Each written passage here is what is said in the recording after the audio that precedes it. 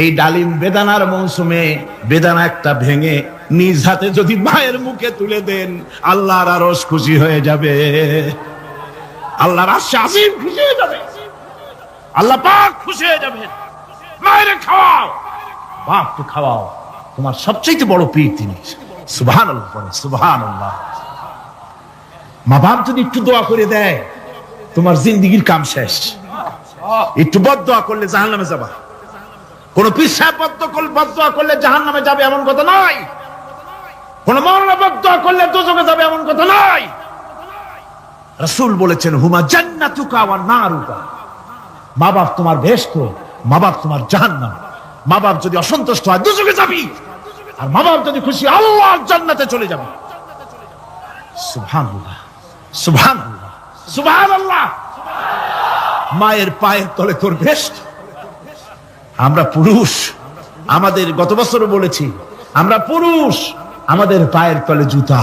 আমাদের পায়ের তলে কি? শুধু জুতা। আর আমার মা, আমার মায়ের জাতি যারা এই প্যান্ডেলে বসে আছেন, আমার মায়েরা বোনেরা, মায়ের জাতি যারা পৃথিবীতে, মায়ের জাতির পায়ের তলে আল্লাহর বেহেশত। সুবহানাল্লাহ। নারীর মর্যাদা ইসলাম দেয় নাই, কে দিয়েছে? আল্লাহ দিয়েছেন, আল্লাহ রাসূল দিয়েছেন।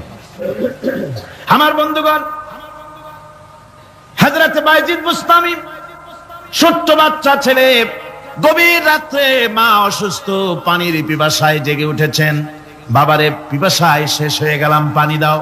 ছেলে ঘরের ভিতরে পানি না পেয়ে বাইরে দৌড়াদৌড়ি করলেন। অনেক দূর থেকে পানি নিয়ে এসে দেখেন মা ঘুমায় গেছেন। পানি নিয়ে দাঁড়ানো, পৌষ মাস, মাঘ মাসের শীতের রাত, ফজরের সময় মায়ের ঘুম ভেঙে গেল। তাকিয়ে দেখেন বাইজিদ দাঁড়ানো, হাতে পানি থরথর করে কাঁপছে। জিজ্ঞাসা করে, বাইজিদ তুমি দাঁড়ানো কেন? ছোট্ট বাচ্চা বলে, মা পানি চেয়েছিলে তুমি গভীর রাত্রে, পানি ঘরে ছিল না, অনেক দূর থেকে আনতে হয়েছে। মা বলছে, ঘুমাও নাই কেন গ্লাস থুইয়া? বাচ্চা বলে, ঘুমাই নাই। তুমি যদি আবার পানি চাও, সময় মতো যদি দিতে না পারি, মা তোমার কষ্ট হবে। এই জন্য ফজর পর্যন্ত আমি দাঁড়ায় আছি, কখন তুমি পানি চাও। মা হাতের থেকে পানি নিয়ে পান করলেন। বাইজিদকে বিছানার উপরে আরাম করে কম্বল দিয়ে ঘুম পড়াইয়া দিলেন। হযরত বাইজিদের মা উযু করে ফজরের নামাজ পড়ে সিজদায় চলে গেলেন। চিৎকার মেরে কেঁদে বলেন, আমার রব, আমার আল্লাহ, আমি আমার বাইজিদের মা, আমি মা হয়ে বাইজিদের জন্য দোয়া করি। বাইজিদ আমার জন্য আজকে যা করেছে, আমি মা, আমার কলিজা ঠান্ডা হয়ে গেছে। হায় আল্লাহ, আমি বাইজিদের জন্য দোয়া করি, তুমি তাকে সুলতানুল আরিফিন বানাইয়া দিও। মঞ্জুর হয়ে গেল আল্লাহ পাকের কাছে দোয়া। আমার ভাইরা, আল্লাহ পাক বলছেন, খবরদার, আমার ইবাদতের পরে মা বাপ, আল্লাহর ইবাদতের পরে কারা? মা বাপকে সম্মান করো, শ্রদ্ধা করো, মোহাব্বত করো, কিসমত খুলে যাবে, কিসমত খুলে যাবে। মা বাপকে সম্মান করো। হযরত আবু হুরায়রা রাদিয়াল্লাহু তাআলা আনহু রাসূলের সামনে এসে কাঁদতেছেন। হুজুর বলছেন, আবু হুরায়রা কাঁদো কেন? কাঁদো কেন? রাতের বেলা কাঁদো কেন? হযরত আবু হুরায়রা বলছেন, হুজুর আমাকে মা মেরেছেন। হুজুর বলছেন, মা মারলো কেন? কোন অপরাধ করেছো? কোন গোস্তাখি করেছো? আবু হুরায়রা বলছেন, না হুজুর, কোন গোস্তাখি করি নাই, তবে মারলো কেন? হযরত আবু হুরায়রা বলছেন, হুজুর আমি আপনার দরবার থেকে ফিরতে রাত হয়ে গিয়েছিল। মা জিজ্ঞেস করলেন, আবু হুরায়রা এত রাত্রে কোথায় ছিলি? বললাম, আমি ছিলাম যে কদম চুমতে পারলে দুনিয়া ধন্য হয়, সেই দরবারে নববীর কদম মুবারক থেকে আসতে আমার দেরি হয়েছে। আমার মা মুশরিকা, আপনার নাম শুনে তার গায়ে আগুন জ্বলে উঠলো, আমাকে ধরে মারা আরম্ভ করলো। বলল, হয় আমার বাড়ি ছাড়বি, আর না হয় মুহাম্মদ সাল্লাল্লাহু আলাইহি ওয়াসাল্লামের দরবার ছাড়বি। আমি বললাম, আমার মা, তুমি বুড়ি মানুষ, তোমার গায়ে যত শক্তি আছে সমস্ত শক্তি দিয়ে আমারে পিটাও, আমারে মারো। মারতে মারতে আমাকে বাড়ি থেকে তুমি বের করে দাও। তোমার বাড়ি শুদ্ধ, তাম দুনিয়া ছেড়ে দিতে পারি, আল্লাহর নবীর কদম মোবারক ছেড়ে দিতে পারি না। হুজুর, আমার মা আমাকে গলা ধাক্কা দিয়ে বের করে দিয়েছেন। হুজুর বলছেন, আবু হুরায়রা, তোমার মা তোমাকে মেরেছে, তুমি আমার কাছে নালিশ করছো? আমার তো এখানে ইন্টারফেয়ার করার কিছুই নেই। সুবহানাল্লাহ, সুবহানাল্লাহ। মা তোমাকে মেরেছে, এখানে আমার করার কিচ্ছু নাই। বিশ্ব নবী বলছেন, এত বড় পাওয়ারফুল নবী, লেজিসলেটিভ পাওয়ার, সারে আল্লাহ তাকে বানিয়েছেন শরীয়ত প্রণেতা।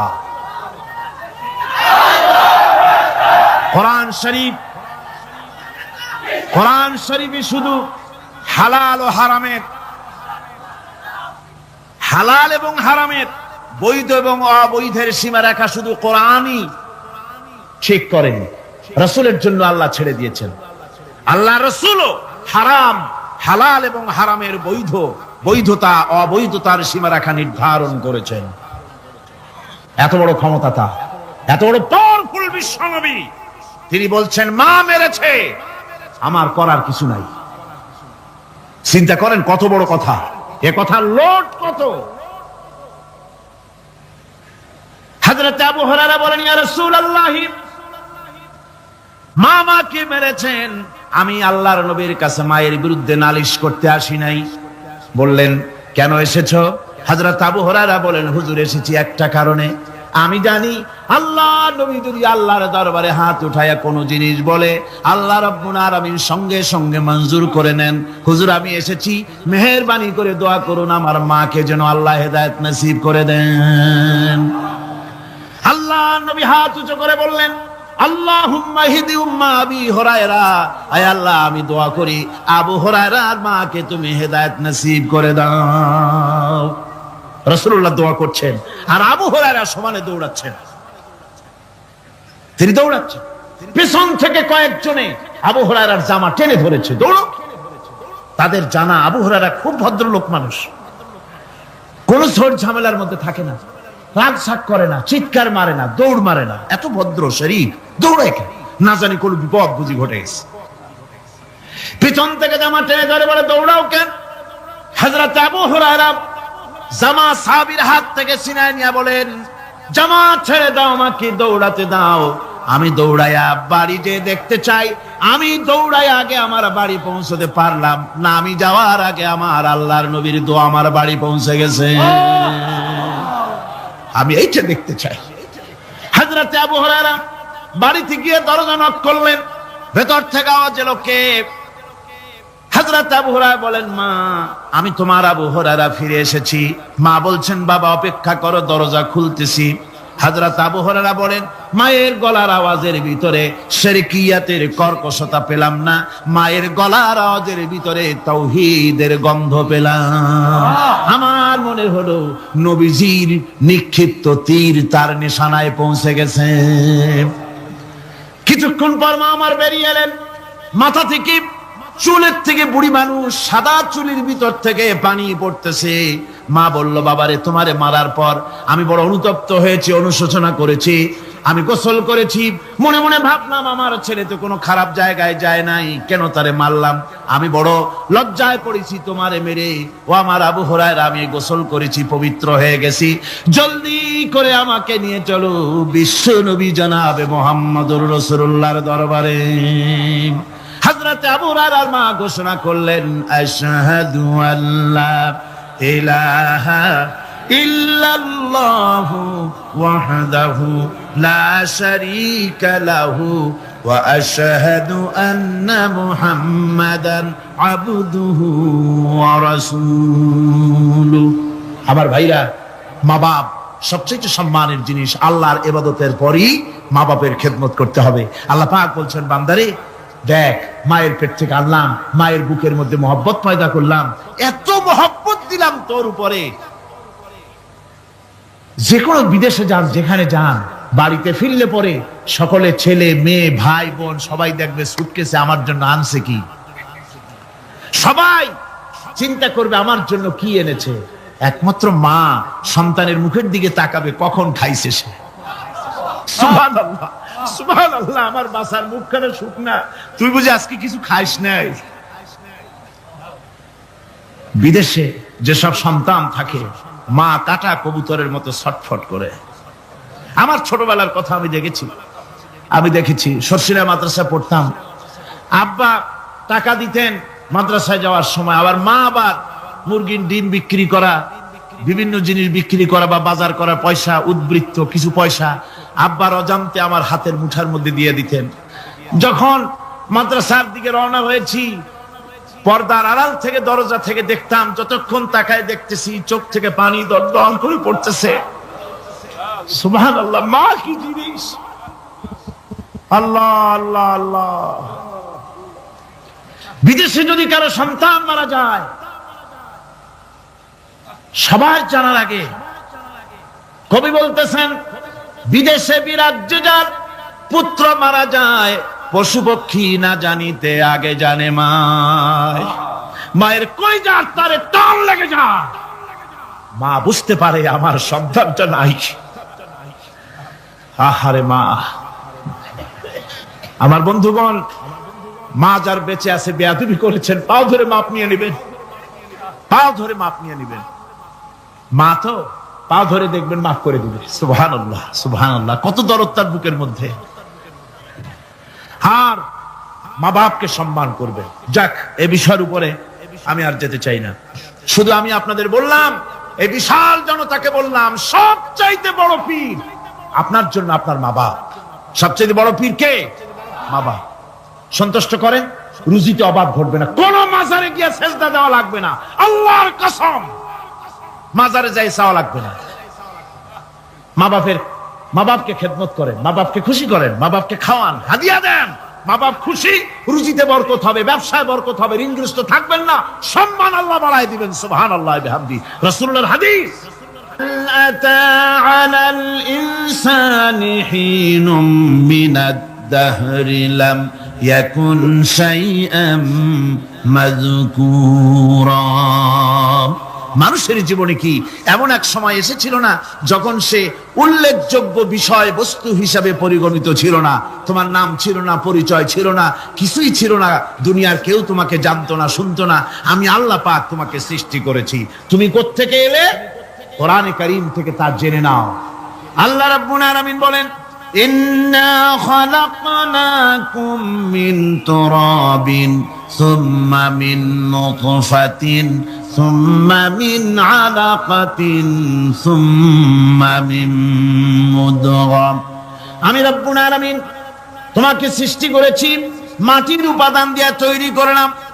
মা বাপের, পুরুষের স্পার্মটোজেন আর মহিলাদের ওভাম দুটোতে মিলে মায়ের গর্ভের ভিতরে নাপাক পানি ফোটাকে জমাট রক্তে পরিণত করে দিলাম। এই জমাট রক্তকে গোশত বানালাম, কচি কচি হাড় দিয়ে একটা বডি, একটা স্ট্রাকচার তৈরি করলাম।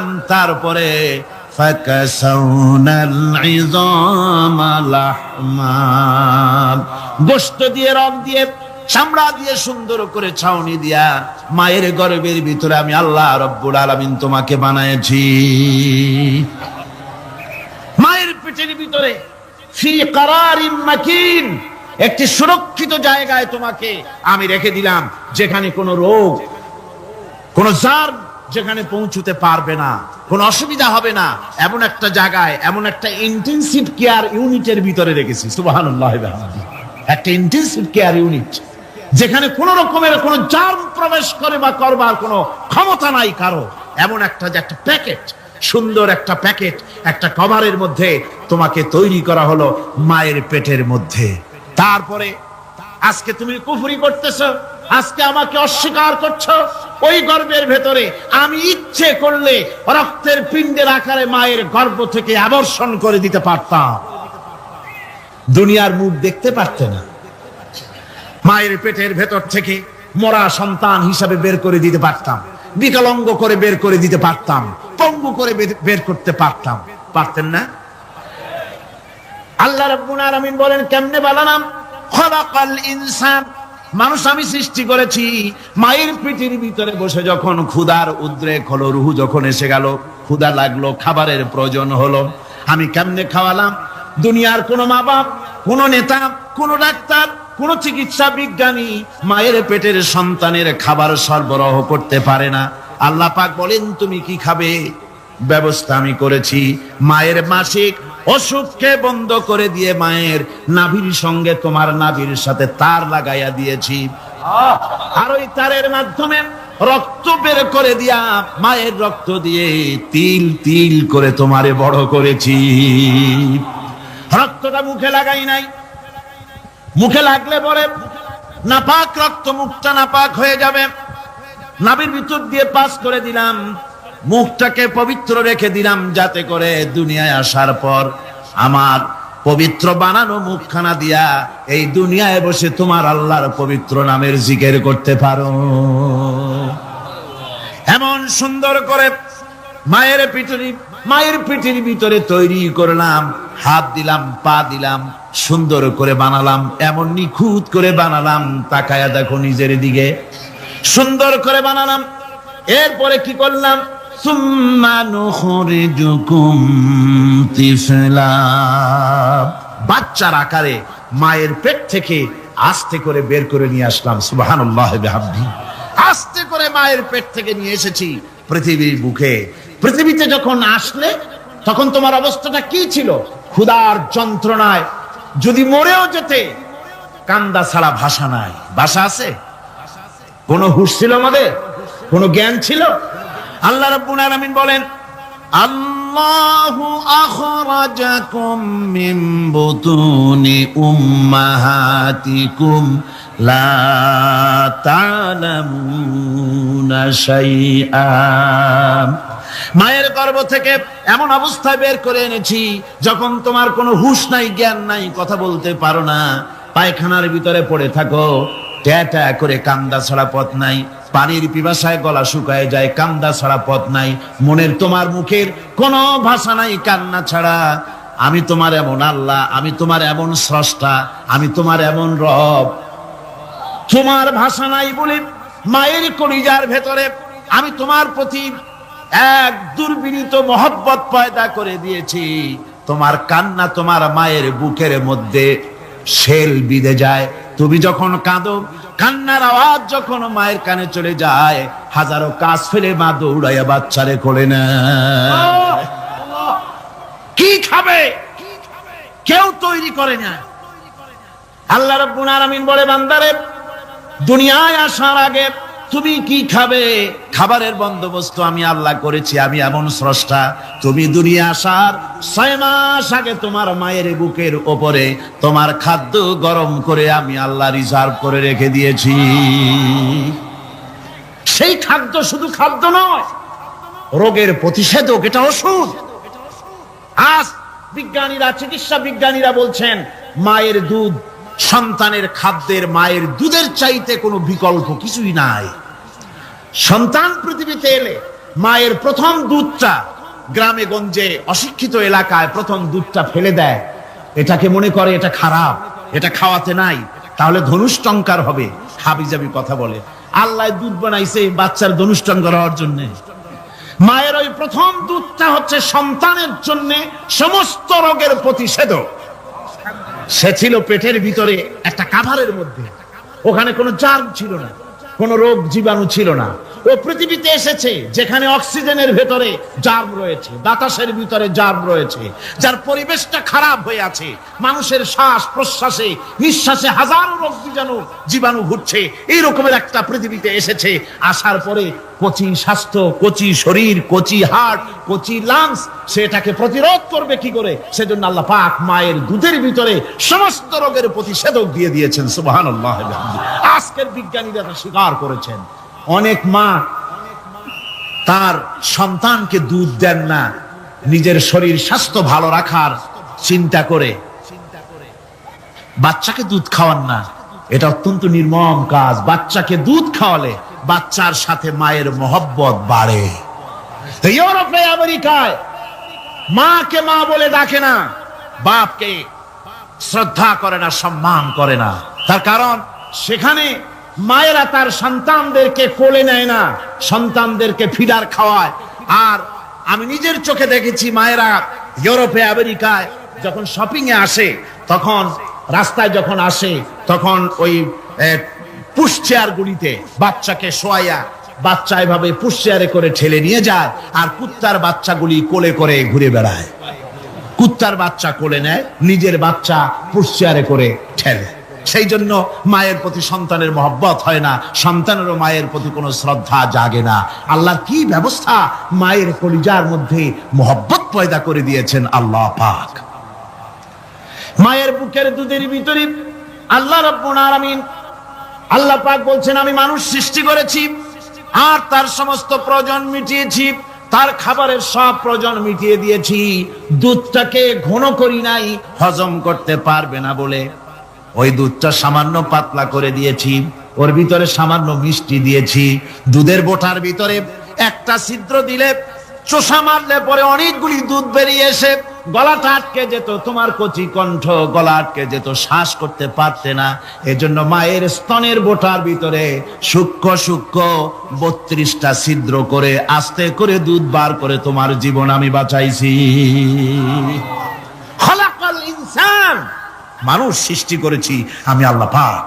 সুতরাং যে আল্লাহ পাক এ মানুষ সৃষ্টি করলেন আর মায়ের কলিজার ভিতরে মোহব্বত পয়দা করে দিলেন, সে আল্লাহ পাক বলছেন খবরদার ওই মাকেও যেন আবার ভুলে যেও না, মাকে সম্মান করে করো, মা বাপকে মোহব্বত করো, তাদেরকে শ্রদ্ধা করো।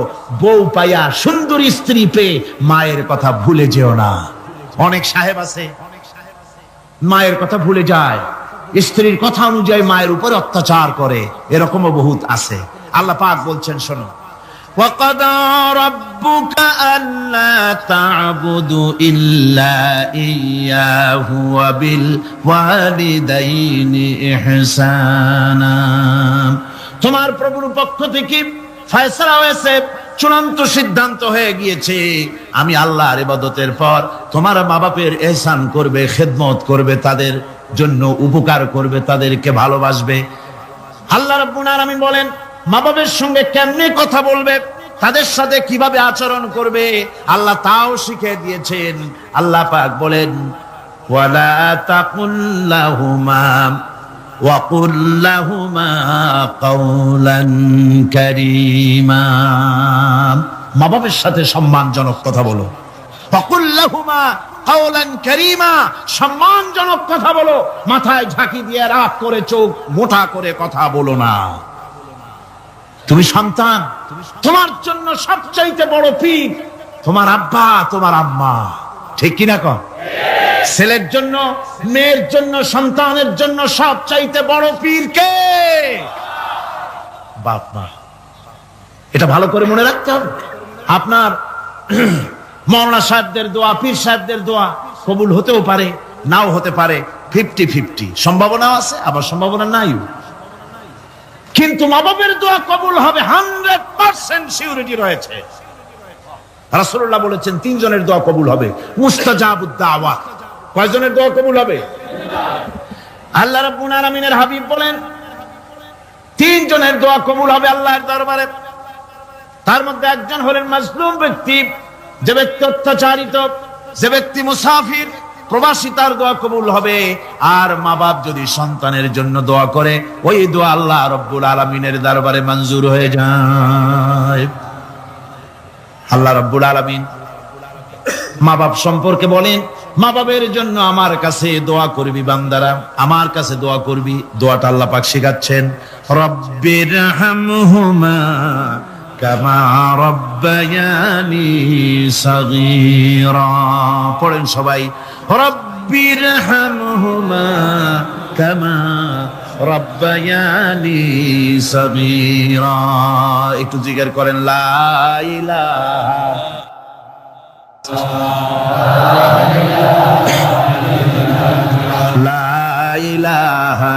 ইল্লাল্লাহ, লা ইলাহা ইল্লাল্লাহ, লা ইলাহা ইল্লাল্লাহ, লা ইলাহা ইল্লাল্লাহু মুহাম্মাদুর রাসূলুল্লাহ। আমার ভাইরা, আল্লাহ পাক শিখাচ্ছেন, বান্দা তোর মা বাপের জন্য আমার কাছে দোয়া কর। আল্লাহ রব, আয় আমার প্রভু, আমার মা বাপ যেমন ছোটবেলায় আমাকে স্নেহের কোলে লালন পালন করেছে, আয় আমার আল্লাহ তুমি আমার মা বাপকে তোমার রহমতের কোলে লালন পালন করো। আল্লাহ শিখাই দিয়েছেন। আমার ভাইরা, প্রত্যেক নামাজের পরে এই দোয়াটা ভুলে যাবেন না। ভুলে যাবেন? ভুলে যাবেন? আমার ভাইরা, আমার বোনেরা সবাই প্রত্যেক নামাজের পরে পড়বেন রাব্বির হামহুমা কামা রাব্বায়ানি সগীরা। এই দোয়া করতে কেউ ভুলে যাবেন না। আল্লাহ রাব্বুল আলামিন বলে বান্দারে ওয়াসাইনাল ইনসানা বিওয়ালিদাইহি ইহসানা হামালাতুহু উম্মুহু কুরহা ওয়া ওয়াদাতুহু কুরহা। আল্লাহ পাক বলেন আমি পৃথিবীর সমস্ত মানব মণ্ডলীকে উপদেশ দিয়েছি মা বাপকে সম্মান করো, শ্রদ্ধা করো, তাদের উপকার করো। তার কারণ হলো তোমার মা তোমাকে গর্ভে ধারণ করেছে অত্যন্ত কষ্টের সাথে। আল্লাহ বলতেছেন মা তোমাকে গর্ভ ধারণ করেছে অত্যন্ত কষ্টের সাথে, এরপরে তোমাকে ডেলিভারি করেছেন অত্যন্ত কষ্টের সাথে, তোমাকে ডেলিভারি করেছেন। গভীর রাত্রে মানুষ সব ঘুমায় যায়, গর্ভবতী মা ঘুমাতে পারে না, সন্তান পেটের ভিতরে হাঁটু দিয়া গুতা মেরেছে, পা দিয়া লাথি মেরেছে। মা চরম শীতের রাত্রে, প্রচন্ড শীতের রাতে গায়ের লেপটা সরায় দিয়া মা একবার দাঁড়ায় আর একবার বসে, একবার দেওয়ালের সাথে হেলান দিয়া দাঁড়ায়, কষ্ট করে রাতটারে কাটায় দেয়।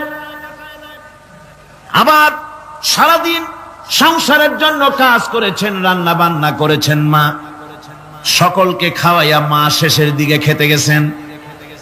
যখন নিজে খেতে গেলেন, খাবারের ক্ষুধা নিয়ে পেট ক্ষুধা নিয়ে খেতে বসেছেন, পেটের ভিতরে সন্তান লাথি মেরেছে, পেটের মধ্যে ঘুষা মেরেছে, হাঁটু দিয়া গুতা মেরেছে, ভরা পেটে পেটের ভিতরে সন্তান গুতা মারলো হাঁটু দিয়া, মাথা দিয়া। মা ক্ষুধা রয়েছে পেটে, খেতে পারলেন না, বেদনা শুরু হয়েছে।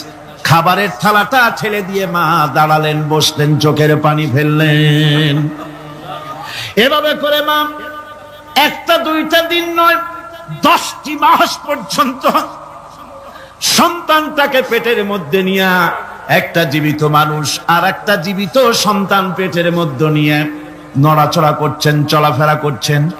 কিতাবের মধ্যে এসেছে রাতের বেলায় মা যে ঘুমাতে পারেন না সন্তানের নড়াচড়ার কারণে, রাতভর ইবাদত করলে যত সওয়াব পাওয়া যেত আল্লাহ ওই সওয়াব মায়ের আমলনামায় লিখে দেন।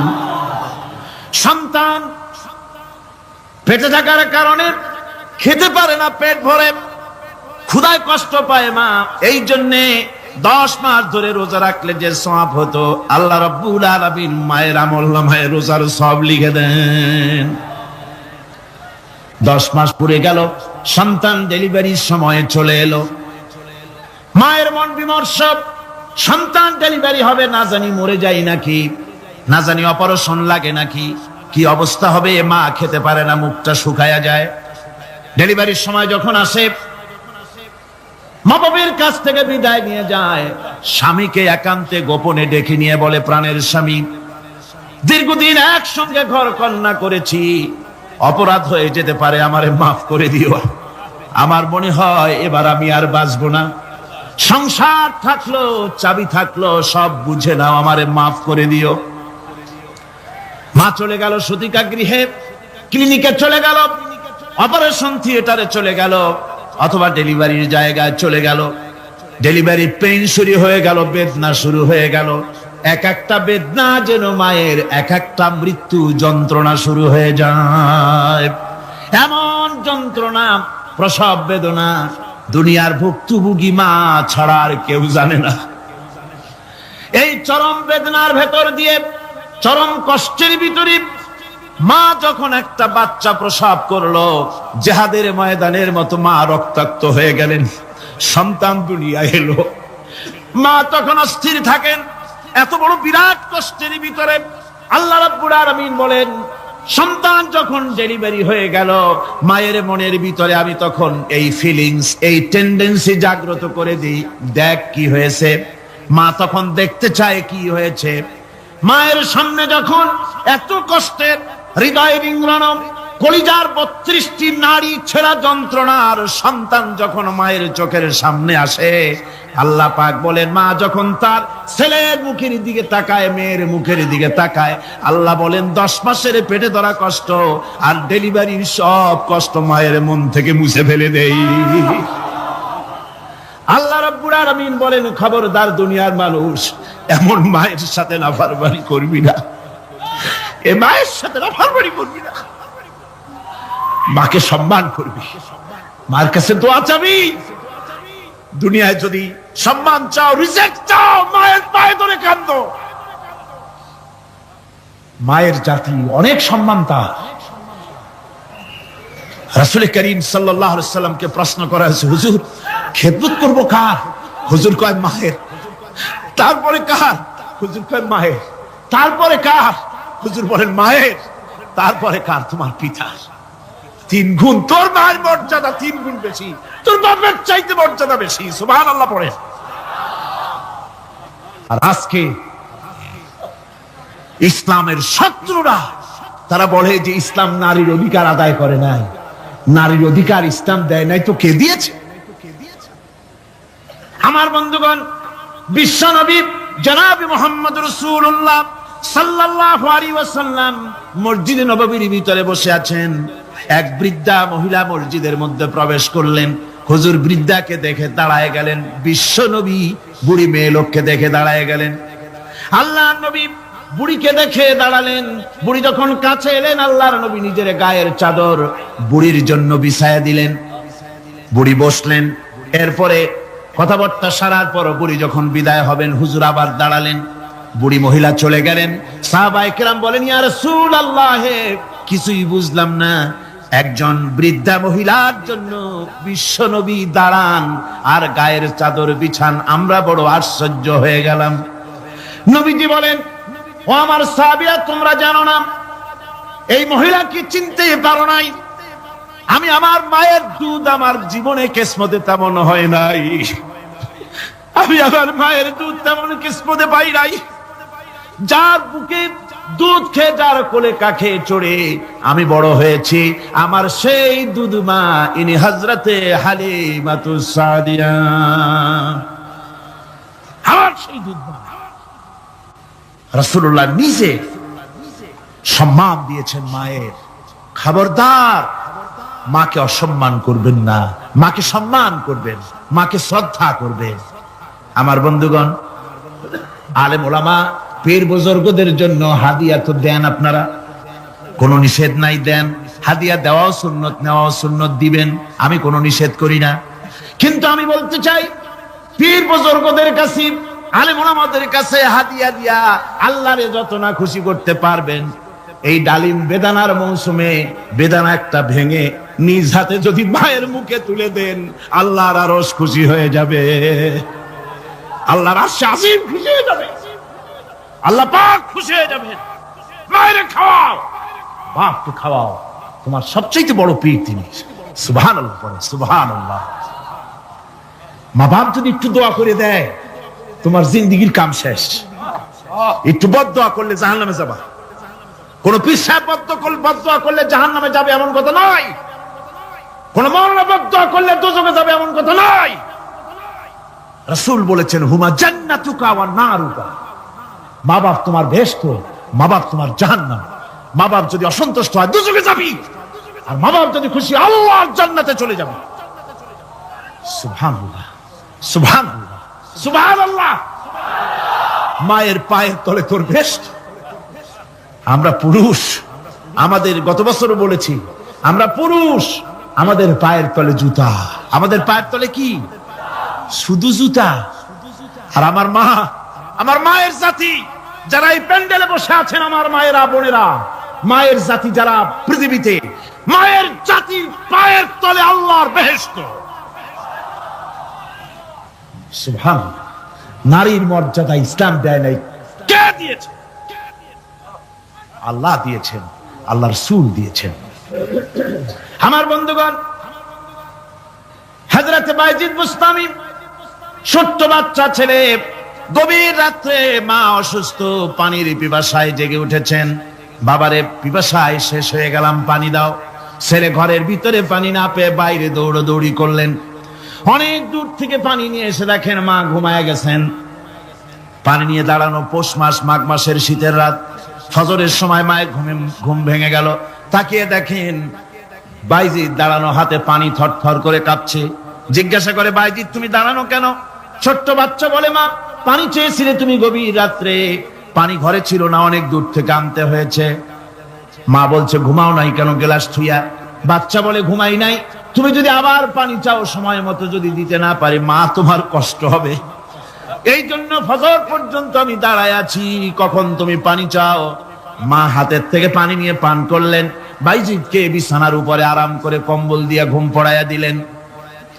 হযরত বাইজিদের মা উযু করে ফজরের নামাজ পড়ে সিজদায় চলে গেলেন। চিৎকার মেরে কেঁদে বলেন, আমার রব, আমার আল্লাহ, আমি আমার বাইজিদের মা, আমি মা হয়ে বাইজিদের জন্য দোয়া করি। বাইজিদ আমার জন্য আজকে যা করেছে, আমি মা, আমার কলিজা ঠান্ডা হয়ে গেছে। হায় আল্লাহ, আমি বাইজিদের জন্য দোয়া করি, তুমি তাকে সুলতানুল আরিফিন বানাইয়া দিও। মঞ্জুর হয়ে গেল আল্লাহ পাকের কাছে দোয়া। আমার ভাইরা, আল্লাহ পাক বলছেন খবরদার, আমার ইবাদতের পরে মা বাপ, আল্লাহর ইবাদতের পরে কারা? মা বাপকে সম্মান করো, শ্রদ্ধা করো, মোহাব্বত করো, কিসমত খুলে যাবে, কিসমত খুলে যাবে। মা বাপকে সম্মান করো। হযরত আবু হুরায়রা রাদিয়াল্লাহু তাআলা আনহু রাসূলের সামনে এসে কাঁদতেছেন। হুজুর বলছেন, আবু হুরায়রা কাঁদো কেন? কাঁদো কেন? রাতের বেলা কাঁদো কেন? হযরত আবু হুরায়রা বলছেন, হুজুর আমাকে মা মেরেছেন। হুজুর বলছেন, মা মারলো কেন? কোন অপরাধ করেছো? কোন গোস্তাখি করেছো? আবু হুরায়রা বলছেন, না হুজুর, কোন গোস্তাখি করি নাই, তবে মারলো কেন? হযরত আবু হুরায়রা বলছেন, হুজুর আমি আপনার দরবার থেকে ফিরতে রাত হয়ে গিয়েছিল। মা জিজ্ঞেস করলেন, আবু হুরায়রা এত রাত্রে কোথায় ছিলি? বললাম, আমি ছিলাম যে কদম চুমতে পারলে দুনিয়া ধন্য হয়, সেই দরবারে নববীর কদম মোবারক থেকে আসতে আমার দেরি হয়েছে। আমার মা মুশরিকা, আপনার নাম শুনে তার গায়ে আগুন জ্বলে উঠলো, আমাকে ধরে মারা আরম্ভ করলো, বলল হয় আমার বাড়ি ছাড়বি আর না হয় মুহাম্মদ সাল্লাল্লাহু আলাইহি ওয়াসাল্লামের দরবার ছাড়বি। আমি বললাম, আমার মা, তুমি বুড়ি মানুষ, তোমার গায়ে যত শক্তি আছে সমস্ত শক্তি দিয়ে আমারে পিটাও, আমারে মারো, মারতে মারতে আমাকে বাড়ি থেকে তুমি বের করে দাও। তোমার বাড়ি শুদ্ধ, তাম দুনিয়া ছেড়ে দিতে পারি, আল্লাহর নবীর কদম মোবারক ছেড়ে দিতে পারি না। হুজুর, আমার মা আমাকে গলা ধাক্কা দিয়ে বের করে দিয়েছেন। হুজুর বলছেন, আবু হুরায়রা তোমার মা তোমাকে মেরেছে, তুমি আমার কাছে নালিশ করছো? আমার তো এখানে ইন্টারফেয়ার করার কিছুই নেই। সুবহানাল্লাহ, সুবহানাল্লাহ। মা তোমাকে মেরেছে, এখানে আমার করার কিচ্ছু নাই। বিশ্ব নবী বলছেন, এত বড় পাওয়ারফুল নবী, লেজিসলেটিভ পাওয়ার, সারে আল্লাহ তাকে বানিয়েছেন শরীয়ত প্রণেতা। কোরআন শরীফ, কোরআন শরীফে শুধু হালাল ও হারামের, হালাল এবং হারামের, বৈধ এবং অবৈধের সীমারেখা শুধু কোরআনই ঠিক করেন, রাসূলের জন্য আল্লাহ ছেড়ে দিয়েছেন। আল্লাহ রাসূলও হারাম, হালাল এবং হারামের বৈধ, বৈধতা অবৈধতার সীমারেখা নির্ধারণ করেছেন। এত বড় ক্ষমতা তার, এত বড় পাওয়ারফুল বিশ্বনবী, তিনি বলছেন মা মেরেছে, আমার করার কিছু নাই। চিন্তা করেন কত বড় কথা, এ কথার লোড কত। হযরত আবু হুরায়রা বলেন, ইয়া রাসূলুল্লাহ, মা মাকে মেরেছেন, আমি আল্লাহর নবীর কাছে মায়ের বিরুদ্ধে নালিশ করতে আসি নাই। বললেন, কেন এসেছো? হযরত আবু হুরায়রা বলেন, হুজুর এসেছি একটা কারণে, আমি জানি আল্লাহ নবী যদি আল্লাহর দরবারে হাত উঠায়া কোনো জিনিস বলে, আল্লাহ রাব্বুল আলামিন সঙ্গে সঙ্গে মঞ্জুর করে নেন। হুজুর আমি এসেছি, মেহেরবানি করে দোয়া করুন আমার মাকে যেন আল্লাহ হেদায়েত নসিব করে দেন। আল্লাহ নবী হাত উঁচু করে বললেন, আল্লাহুম্মা হিদি উম্মা আবি হুরায়রা, আয় আল্লাহ আমি দোয়া করি আবু হুরায়রার মাকে তুমি হেদায়েত নসিব করে দাও। রাসূলুল্লাহ দোয়া করছেন আর আবু হুরায়রা সমানে দৌড়াচ্ছেন। তিনি দৌড়াচ্ছেন, পিছন থেকে কয়েকজনে আবু হুরায়রার জামা টেনে ধরেছে, দৌড়ো। তাদের জানা আবু হুরায়রা খুব ভদ্রলোক মানুষ, কোন ঝড় ঝামেলার মধ্যে থাকে না, রাগ শাক করে না, চিৎকার মারে না, দৌড় মারে না, এত ভদ্র শরীর, দৌড়ায় কেন? না জানি কোন বিপদ বুঝি ঘটে গেছে। পিছন থেকে জামা টেনে ধরে বলে, দৌড়াও কেন? হযরত আবু হুরায়রা জামা সাহাবীর হাত থেকে ছিনায় নিয়ে বলেন, জামা ছেড়ে দাও, আমাকে দৌড়াতে দাও। আমি দৌড়াইয়া বাড়ি যে দেখতে চাই, আমি দৌড়াইয়া আগে আমার বাড়ি পৌঁছতে পারলাম না, আমি যাওয়ার আগে আমার আল্লাহর নবীর দোয়া আমার বাড়ি পৌঁছে গেছে। আমি এইটা দেখতে চাই। হযরত আবু হুরায়রা বাড়িতে গিয়ে দরজা নক করলেন, ভেতর থেকে আওয়াজ এলো, কে? হযরত আবু হুরায়রা বলেন, মা, আমি তোমার আবু হুরায়রা ফিরে এসেছি। মা বলছেন, বাবা অপেক্ষা করো, দরজা খুলতেছি। হযরত আবু হুরায়রা বলেন, মায়ের গলার আওয়াজের ভিতরে শিরকিয়াতের কর্কশতা পেলাম না, মায়ের গলার আওয়াজের ভিতরে তাওহীদের গন্ধ পেলাম। আমার মনে হলো নবীজির নিক্ষিপ্ত তীর তার নিশানায় পৌঁছে গেছে। কিছুক্ষণ পর মা আমার বেরিয়ে এলেন, মাথা থেকে চুলের থেকে বুড়ি মানুষ, সাদা চুলের ভিতর থেকে পানি পড়তেছে। মা বলল, বাবারে, তোমারে মারার পর আমি বড় অনুতপ্ত হয়েছি, অনুশোচনা করেছি, আমি গোসল করেছি, মনে মনে ভাবলাম আমার ছেলে তো কোনো খারাপ জায়গায় যায় নাই, কেন তারে মারলাম? আমি বড় লজ্জায় পড়েছি তোমারে মেরে। ও আমার আবু হুরায়রা, আমি গোসল করেছি, পবিত্র হয়ে গেছি, জলদি করে আমাকে নিয়ে চলো বিশ্ব নবী জনাবে মুহাম্মদুর রাসূলুল্লাহর দরবারে। হযরত আবু হুরায়রার মা ঘোষণা করলেন, আশহাদু আল্লা ইলাহা ইল্লাল্লাহু ওয়াহদাহু লা শারীকা লাহু ওয়া আশহাদু আন্না মুহাম্মাদান আবদুহু ওয়া রাসূলুহু। আমার ভাইরা, মা বাপ সবচেয়ে সম্মানের জিনিস। আল্লাহর ইবাদতের পরই মা বাপের খেদমত করতে হবে। আল্লাহ পাক বলছেন, বান্দারে দেখ, মায়ের পেট থেকে আনলাম, মায়ের বুকের মধ্যে মহব্বত পয়দা করলাম, এত মহব্বত দিলাম তোর উপরে, যে কোনো বিদেশে যান, যেখানে যান, বাড়িতে ফিরলে পরে সকলে, ছেলে মেয়ে ভাই বোন সবাই দেখবে সুটকেসে আমার জন্য আনছে কি। সবাই চিন্তা করবে আমার জন্য কি এনেছে। একমাত্র মা সন্তানের মুখের দিকে তাকাবে, কখন খাইছে সে। সুবহানাল্লাহ, সুবহানাল্লাহ, আমার বাসার মুখখানে শুকনা, তুই বুঝি আজকে কিছু খাইস নাই। বিদেশে যেসব সন্তান থাকে, মা কাটা কবুতরের মতো ছটফট করে। আমার ছোটবেলার কথা আমি দেখেছি, সরসিলা মাদ্রাসা পড়তাম, আব্বা টাকা দিতেন মাদ্রাসায় যাওয়ার সময়, আবার মা আবার মুরগির ডিম বিক্রি করা, বিভিন্ন জিনিস বিক্রি করা বা বাজার করা পয়সা, উদ্বৃত্ত কিছু পয়সা আব্বার অজান্তে আমার হাতের মুঠার মধ্যে দিয়ে দিতেন। যখন মাদ্রাসার দিকে রওনা হয়েছি, পর্দার আড়াল থেকে দরজা থেকে দেখতাম, যতক্ষণ তাকায় দেখতেছি চোখ থেকে পানি দরদর করে পড়তেছে। সুবহানাল্লাহ, মা কি জিনিস! আল্লাহ আল্লাহ আল্লাহ। বিদেশে যদি কারো সন্তান মারা যায়, সবার জানার আগে কবি বলতেছেন, বিদেশে বিরাজ্য যার পুত্র মারা যায়, পশু পক্ষী না জানিতে আগে জানে মায়। মায়ের কলিজার তারে টান লেগে যায়, মা বুঝতে পারে আমার সন্তানটা নাই। আহারে মা! আমার বন্ধুগণ, মা যার বেঁচে আছে বেয়াদবি করেছেন, পাও ধরে মাপ নিয়ে নেবেন, পাও ধরে মাপ নিয়ে নেবেন। মা তো পাও ধরে দেখবেন, মাফ করে দিবে। সুবহানাল্লাহ, সুবহানাল্লাহ, কত দরদ তার বুকের মধ্যে। আর মা বাপকে সম্মান করবে। যাক, এই বিষয়ের উপরে আমি আর যেতে চাই না। শুধু আমি আপনাদের বললাম, এই বিশাল জনতাকে বললাম, সবচাইতে বড় পীর আপনার জন্য আপনার মা বাপ। সবচাইতে বড় পীর কে? মা বাপ। সন্তুষ্ট করেন, রুজিতে অভাব ঘটবে না, কোন মাজারে গিয়ে সেজদা দেওয়া লাগবে না, আল্লাহর কসম, মাজারে যাই চাওয়া লাগবে না।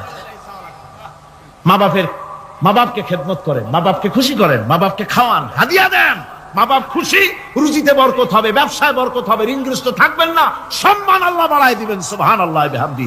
রাসূলুল্লাহর হাদিস, মানব সৃষ্টির এবং পৃথিবীর সৃষ্টির ইতিহাস ঘাটলে মানুষের যদি কিসমত ভালো থাকে, তাহলে আল্লাহর সান্নিধ্য, আল্লাহর অস্তিত্ব সম্পর্কে জ্ঞান তাকে আল্লাহ পাক দান করে দেন। সুবহানাল্লাহ। পৃথিবীর সৃষ্টির ব্যাপারে বুদ্ধিজীবীরা কি বলছেন দেখুন।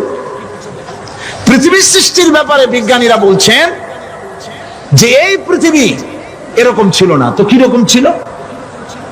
এইটা সূর্যের পাশ থেকে একটা উজ্জ্বল শক্তিশালী জ্যোতিষ্ক দারুণ ফোর্স নিয়ে যাচ্ছিল। সেই ফোর্স সহ্য করতে না পেরে সূর্যের একটি দুর্বলতম অংশ সূর্য থেকে ছিটকে মহাশূন্যে পড়ে গেল, আর ঘুরতে ঘুরতে এই পৃথিবীর অস্তিত্ব লাভ করল। বিজ্ঞানের এই কথা যদি বিশ্বাস করতে হয়, তাহলে আমাকে বলতে হয় এখন তো মানুষেরা আর পৃথিবীতে ধরছে না, ঠিক কিনা? কথা বলছেন না কেন? মানুষ পৃথিবীতে এখন ধরতেছে?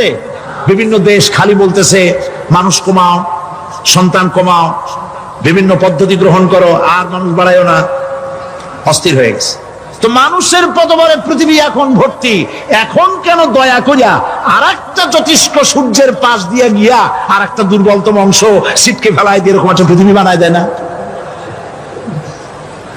তার অর্থ হচ্ছে দুর্ঘটনার মধ্য দিয়ে যা হয় তা কখনো মানুষের গ্রহণযোগ্য হয় না, আর যা কিছু গ্রহণযোগ্য তা সবই পূর্ব পরিকল্পনা প্রসূত। যেমন দৃষ্টান্ত দিতে গিয়ে আমি বলি, দুটো গাড়ি মুখোমুখি হয়ে অ্যাক্সিডেন্ট করলো, কাঁচগুলো ভেঙে ভেঙে চুরমার হয়ে গেল। এই মুহূর্তে চশমায় লাগানো যায় এরকম একটা সাইজ করা কাঁচ পাওয়া যাবে কি? পাওয়া যাবে? রেলগাড়ি অ্যাক্সিডেন্ট হলো, হাজার লোহার টুকরা পড়ে গেল, এক্ষুনি একখান কোদাল, একখান খন্তা, একখানা শাবল, একখানা দা, একখানা বটি অথবা জুতোয় মারার মতো একটা ছোট্ট পিনও প্রস্তুত আকারে পাওয়া যাবে কি? তাহলে বোঝা গেল অ্যাক্সিডেন্টের মাধ্যমে যা কিছু হয় তা মানুষের গ্রহণযোগ্য নয়, যা কিছু গ্রহণযোগ্য তা সব পূর্ব পরিকল্পিত। এখন আমি বলবো, বিজ্ঞানীদের কথা মতো যদি সূর্যের কোন দুর্বলতম অংশ মহাশূন্যে পড়ে এই পৃথিবী হয়ে থাকে, তাহলে এটা পরিকল্পনার ভিত্তিতেই হয়েছে। সেই পরিকল্পনাকারীর নাম কি? বলেন নাম কি? তবে আমি আপনাদেরকে নিশ্চিত করে বলতে পারি, সূর্যের কোন দুর্বলতম অংশ ছিটকে পড়ে অ্যাক্সিডেন্টের মাধ্যমে পৃথিবী হয় নাই। মহাপরিকল্পনার মাধ্যমে সৃষ্টি জগৎকে টিকে রাখার জন্য আল্লাহ রাব্বুল আলামিন আলাদাভাবে পৃথিবীকে সৃষ্টি করেছেন। বিজ্ঞানের কথার সাথে কোরআন শরীফের যদি কন্ট্রাডিকশন হয়, তাহলে কার কথা মানবেন? বিজ্ঞান না আল্লাহ? জোরে বলেন, বিজ্ঞান না আল্লাহ? বিজ্ঞান বলছে, কোন সময় বলে পৃথিবী ঘোরে, কেউ বলে সূর্য ঘোরে, কেউ কয় আমরাও ঘুরি। এখন আসলে ঘোরে কে? ফয়সালা কার কাছ থেকে নেবেন?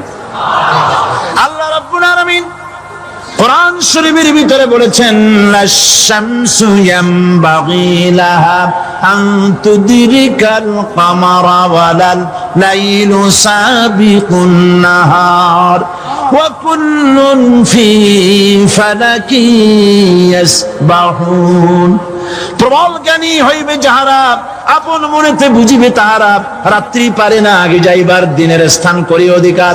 চন্দ্র বাদে না সূর্যের গায়েতে, সূর্য পারে না চন্দ্রকে ধরিতে, যার যে স্থান বহাল রাখিয়া ভ্রমণ করিছে খোদাকে ডরিয়া। একটি নির্ধারিত সময় সীমা পর্যন্ত আপন আপন কক্ষপথে সব দৌড়াদৌড়ি করবে, কারো সাথে অ্যাক্সিডেন্ট হবে না কারো। ওয়াকুল্লুন ফি ফালাকি ইয়াসবাহুন, যা আছে মহাশূন্যে সব ঘুরতেছে। কে বলে? বলেন সবাই, কে বলছে? কোন সূরা? সূরা ইয়াসিন। আবার শুনুন, আল্লাহ পাক ফয়সালা দিচ্ছেন ঘোরে কেডা?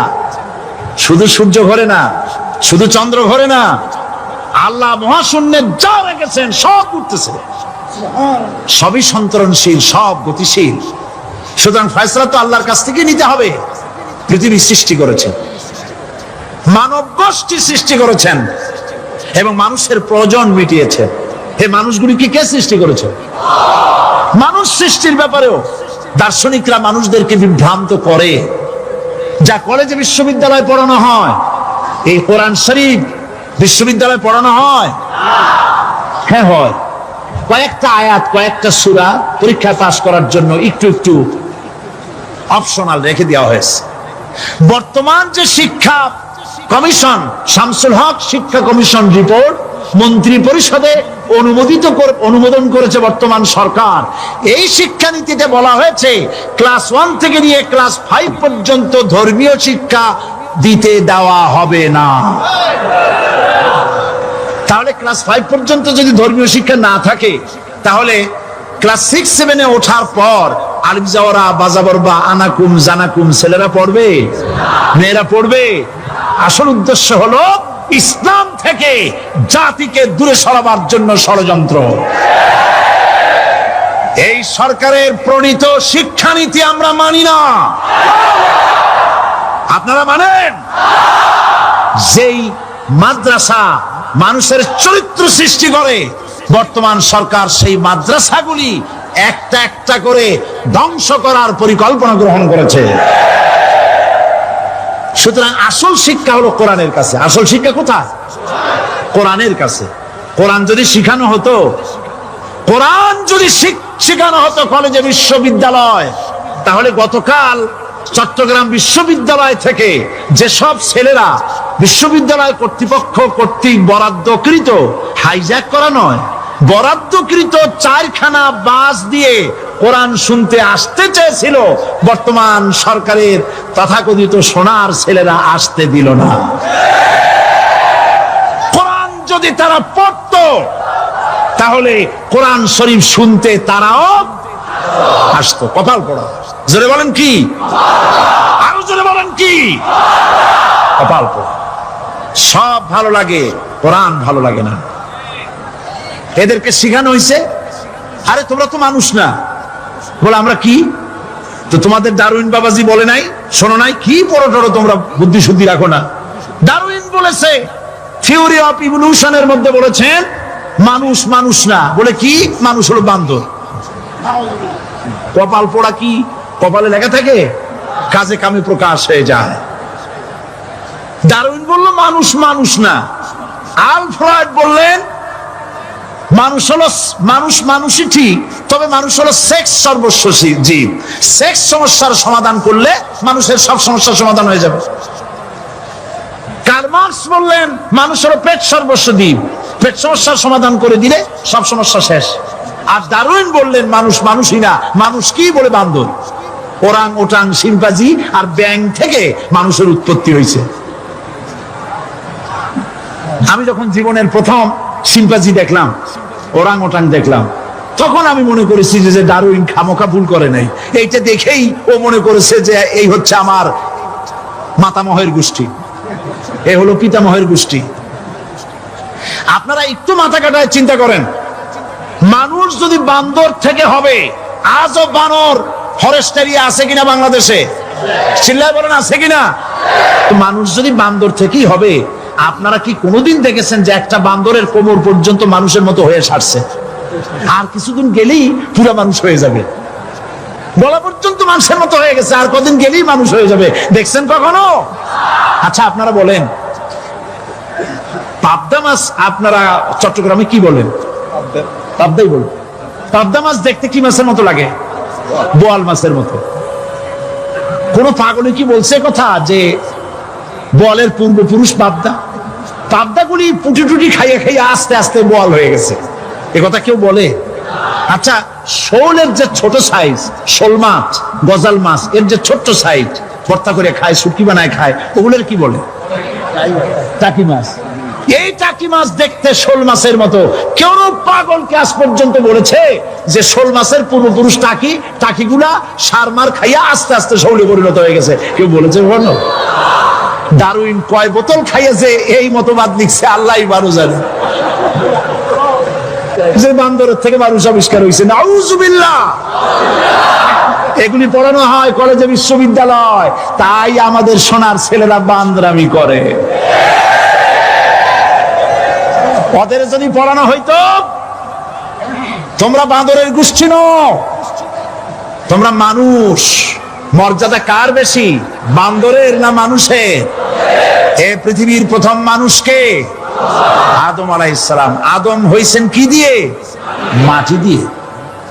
আল্লাহ রাব্বুল আলামিন যিনি মানুষ সৃষ্টি করেছেন, তিনি কোরআন শরীফের ভিতরে বলে দিয়েছেন, আমি প্রথমেই বলেছি, আপনারা লক্ষ্য করুন, এই কোরআন তাবিজের কিতাব নয়, এই কোরআন তদবিরের কিতাব নয়, ঝাড়ফুঁকের কিতাব নয়। কোরআন হলো পৃথিবীর মানুষের জন্য কোড অফ লাইফ, পূর্ণাঙ্গ জীবন বিধান। সবকিছু আল্লাহ পাক কোরআনের ভিতরে বলে দিয়েছেন, কোন জিনিস বাদ দেন নাই। আপনি আমি কেমনে সৃষ্টি হয়েছি আল্লাহ পাক কোরআনের ভিতরে বলেছেন, ইন্না খালাকনাকুম মিন তুরাবিন সুম্মা মিন নুতফাতিন সুম্মা মিন আলাকাতিন সুম্মা মিন মুদগা। নিষ্প্রাণ মাটি দিয়ে তোমাকে উৎপন্ন করা হয়েছে, নিষ্প্রাণ মাটির উপাদান দিয়ে তোমাকে তৈরি করা হলো। মায়ের পেটের ভিতরে এক ফোঁটা নাপাক পানি জমাট রক্তে পরিণত হয়ে গেল, জমাট রক্ত আস্তে করে গোস্ত পিণ্ড হলো, গোস্ত পিণ্ডকে সুন্দর করে সাজায়া হাড্ডি গুড্ডি বানায়া স্ট্রাকচার তৈরি করে তার উপরে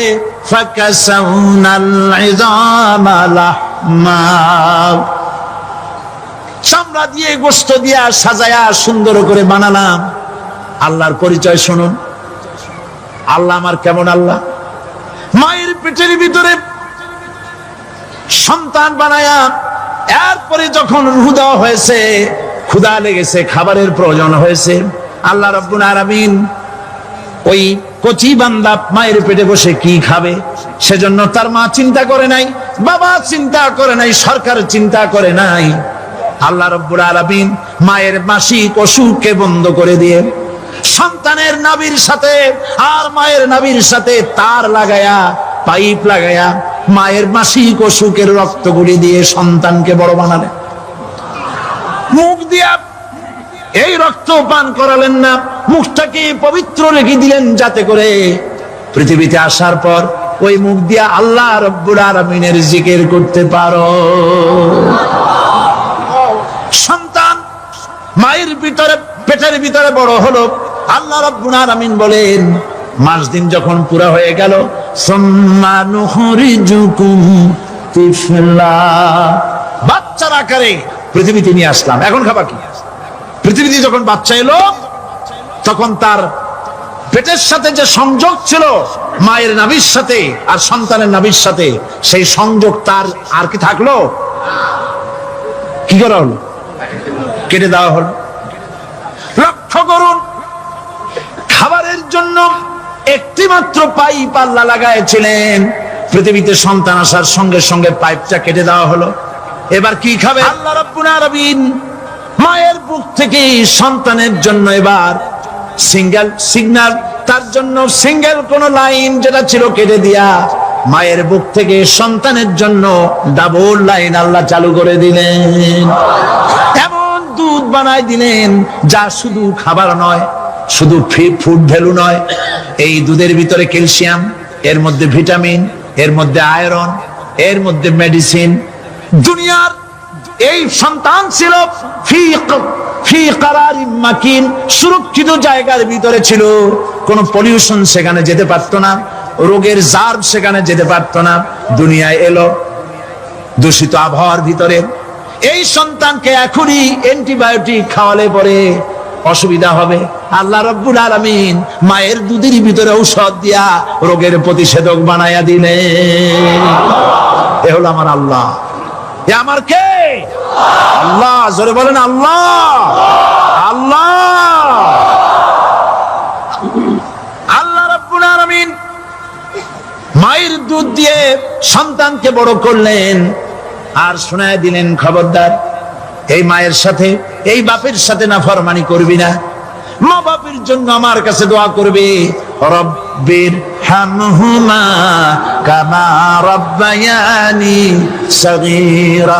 সবাই পড়েন আমার সাথে, রব্বির হামহুমা কামা রাব্বায়ানি সগীরা। আল্লাহ পাক শিখাই দিলেন বান্দারে আমার কাছে দোয়া করায়, আল্লাহ আমার মা বাপ আমাকে ছোটবেলায় যেভাবে স্নেহের কোলে লালন পালন করেছে, এইভাবে আমার মা বাপকে তোমার রহমতের কোলে লালন পালন করো। মনে থাকবে ভাইরা? বলেন মনে থাকবে? প্রত্যেক নামাজের পরে মা বাবার জন্য দোয়া করবেন, বেঁচে থাকুক আর মরে যাক, দোয়া করবেনই। মনে থাকবে? রব্বির হামহুমা কামা রাব্বায়ানি সগীরা। আবার পড়েন, রব্বির রব্বিরহামহুমা কামা রাব্বায়ানি সগীরা। আল্লাহ পাক মায়ের মর্যাদা এত বাড়াইছেন। সাহাবী প্রশ্ন করেছে, ইয়া রাসূলুল্লাহ, খেদমত করব কার? হুজুর বলেন, তোমার মায়ের, তারপরে কার? তোমার মায়ের, তারপরে কার? তোমার মায়ের, তারপরে কার? তোমার পিতার। বাপের চাইতে মায়ের মর্যাদা আল্লাহ 3 গুণ বাড়াইয়া দিলেন, 3 গুণ বৃদ্ধি করে দিলেন। হাদিস শরীফে এসেছে, হযরত আবী হুরায়রা রাদিয়াল্লাহু তাআলা আনহু রাসূলের কাছে এসে রাতের বেলায় কাঁদতেছিলেন। হুজুর প্রশ্ন করলেন, আবু হুরায়রা কাঁদো কেন? হযরত আবু হুরায়রা বলছেন, হুজুর মা আমাকে মেরেছে। তিনি প্রশ্ন করলেন, আচ্ছা মা তোমার মারলো কেন? তুমি কি কোনো বেয়াদবি করছো? তিনি বললেন না। তবে মারলো কেন? হযরত আবু হুরায়রা বলেন, ইয়া রাসূলুল্লাহ, আপনার খেদমত থেকে বাড়ি ফিরতে আমার দেরি হয়ে গিয়েছিল। গভীর রাত্রে যখন বাড়ি গেছি, মা আমাকে প্রশ্ন করলেন, বাবা দেরি হলো কেন, কোথায় ছিলি? তাম পৃথিবীর মানুষ যেই কদম মোবারক চুমু দিতে পারলে ধন্য হয়ে যায়, সেই আখিরি জামানার পয়গম্বর নবী মুহাম্মদ রাসূলুল্লাহ সাল্লাল্লাহু আলাইহি সাল্লামের দরবার থেকে আসতে আমার দেরি হয়ে গেছে। ইয়া রাসূলুল্লাহ, আমার মা আপনার নাম শুনে তার গা জ্বলে উঠলো। তিনি কাফের, মুশরিকা। আপনার নাম শুনে অগ্নি শর্মা হয়ে আমাকে ধরে পিটানো আরম্ভ করলেন আর বললেন, আবু হুরায়রা, হয় মুহাম্মদ সাল্লাল্লাহু আলাইহি সাল্লামের বাড়ি ছাড়বি, নইলে আমার বাড়ি ছাড়বি, কি করবি বল? মার খেতে খেতে আমি বললাম, মা তোমার গায়ে যত শক্তি আছে আমারে মারো, তোমার বাড়ি শুদ্ধ, তাম দুনিয়াটা ছেড়ে দিতে পারি, মুহাম্মদ রাসূলুল্লাহর কদম মোবারক ছেড়ে দিতে পারি না। আল্লাহ! হুজুর আমার মা গলা ধাক্কা মেরে আমাকে বের করে দিয়েছেন। হুজুর বলছেন, আবু হুরায়রা, মা তোমাকে মেরেছে আর আমার কাছে নালিশ করছো? আমি তোমার মায়ের কোনো বিচার করতে পারবো না। সুবহানাল্লাহ! এত বড় পাওয়ারফুল নবী, শানওয়ালা, ইজ্জতওয়ালি, বরকতওয়ালি, এত বড় নবী বলছেন মা মেরেছে, আমার করার কিচ্ছু নাই। সুবহানাল্লাহ! তোমার মা মুশরিকা হোক আর যাই হোক, তোমার মা। সুবহানাল্লাহ বলেন। আমার বন্ধুগণ, হযরত আবু হুরায়রা বলেন, ইয়া রাসূলুল্লাহ, মায়ের বিরুদ্ধে কোনো অভিযোগ নিয়ে আমি আপনার কাছে আসি নাই। হুজুর বললেন, কেন আসছো বলো খুলে? আবু হুরায়রা বলেন, হুজুর আমি জানি আপনি আল্লাহর দরবারে যদি কোনো ব্যাপারে হাত তোলেন আল্লাহ মঞ্জুর করে ফেলেন। আপনি দয়া করে আমার মার জন্য দোয়া করেন, আল্লাহ যেন হেদায়েত দিয়ে দেন। আমার নবীজি দুখানে হাত উত্তোলন করলেন, বললেন, আল্লাহুম্মা ইহদি উম্মা আবি হুরায়রা, আয় আল্লাহ, আমি দোয়া করতেছি আবু হুরায়রার মাকে হেদায়েত নসিব করো। হুজুর হাত তুলে মোনাজাত করছেন, আবু হুরায়রা দৌড় দিলেন বাড়ির দিকে। কয়েকজন সাহাবী হযরত আবু হুরায়রার জামা টেনে ধরেছে, এই ভদ্রলোক দৌড়ায় কেন? এত শান্ত মানুষ, কখনো গরম হয়ে কারো সঙ্গে কথা বলে না। এই মানুষটা দৌড়ায় কেন? কোনো বিপদ হইল নাকি? জামা টেনে ধরে বলে, আবু হুরায়রা দৌড়াও কেন? হযরত আবু হুরায়রা বলেন, জামা ছেড়ে দাও, কোনো বিপদ আমার হয় নাই, আমি দৌড়াইয়া বাড়ি যাই দেখতে চাই। আমি দৌড়াইয়া আগে বাড়ি যেতে পারলাম না, আমার নবীর দোয়া আগে আমার বাড়ি চলে গেছে, আমি এটা দেখতে চাই। হযরত আবু হুরায়রা দৌড়াতে দৌড়াতে বাড়ি চলে গেছেন। দরজায় নক করলেন, ভেতর থেকে আওয়াজ এলো, কে? তিনি বললেন, আমি আবু হুরায়রা, মা দরজা খুলে দাও, আমি তোমার সন্তান। মা বললেন, বাবা অপেক্ষা করো, দরজা খুলতেছি। হযরত আবু হুরায়রা বলেন, মায়ের গলার আওয়াজের ভেতরে কুফরি কর্কশতা পেলাম না, মায়ের গলার আওয়াজের ভেতরে তাওহীদের নরমিয়াত পেলাম। আমার কাছে মনে হলো আমি আবু হুরায়রা বাড়ি আসার আগে নবীজির দোয়া আল্লাহর আরশে পৌঁছে গেছে। আবু হুরায়রা বলছেন, মা আমার কিছুক্ষণ পরে ঘরের থেকে বেরিয়ে এসেছেন, আমি দেখলাম মায়ের শরীর ভিজা, মাথার চুল দিয়া পানি টপকাচ্ছে। মা আমার বললেন, বাবারে, তোমাকে মারার পর আমি নিদারুণ অনুশোচনায় পড়েছিলাম, মনে মনে ভাবলাম, আহারে আমার সন্তানরা আমি কেন মারলাম? সে তো কোনো খারাপ কাজ করে নাই, কোনো খারাপ জায়গায় যায় নাই।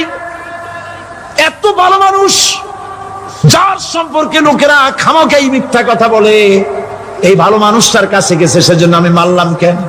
বাবা গো, আমি আমার ভুল বুঝতে পেরেছি, জীবনের ভুলও ধরা পড়েছে, আমাকে জলদি করে নিয়ে চলো বিশ্ব নবীর দরবারে। হযরত আবু হুরায়রার মা রাসূলুল্লাহর খেদমতে এসে ঘোষণা করলেন, আশহাদু আল্লা ইলাহা ইল্লাল্লাহু ওয়াহদাহু লা শারীকা লাহু ওয়া আশহাদু আন্না মুহাম্মাদান আবদুহু ওয়া রাসূলুহু। আমার ভাইরা,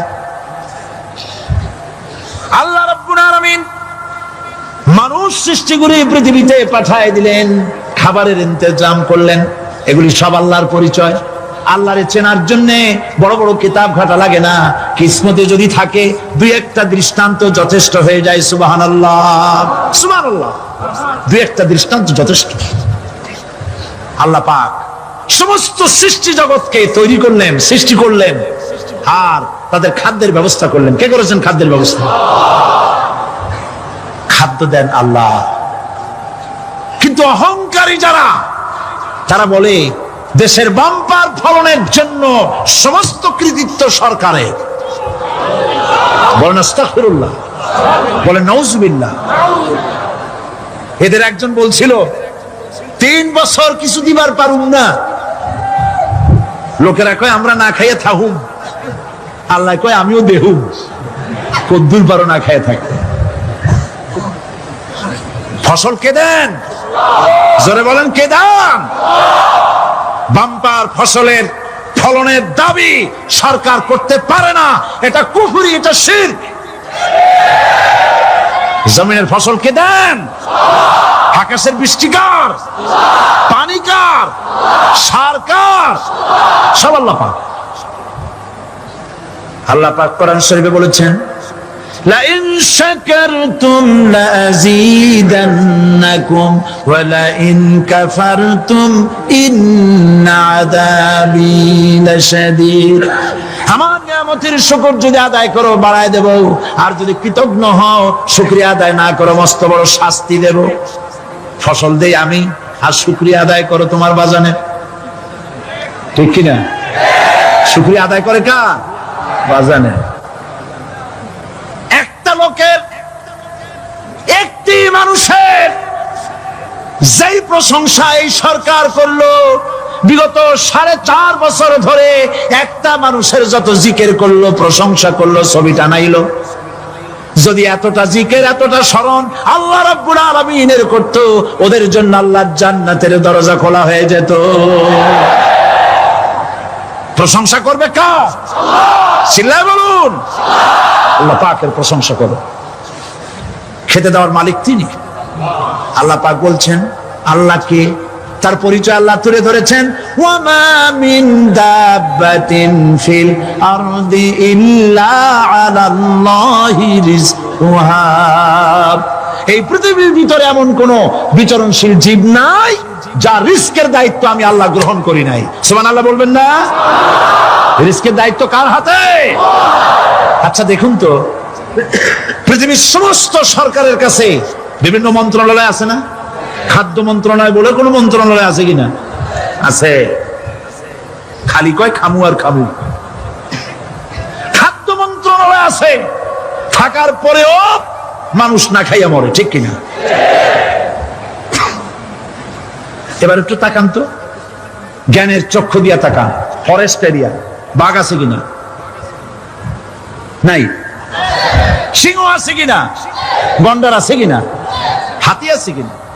বিশাল বিশাল প্রাণী আছে কিনা?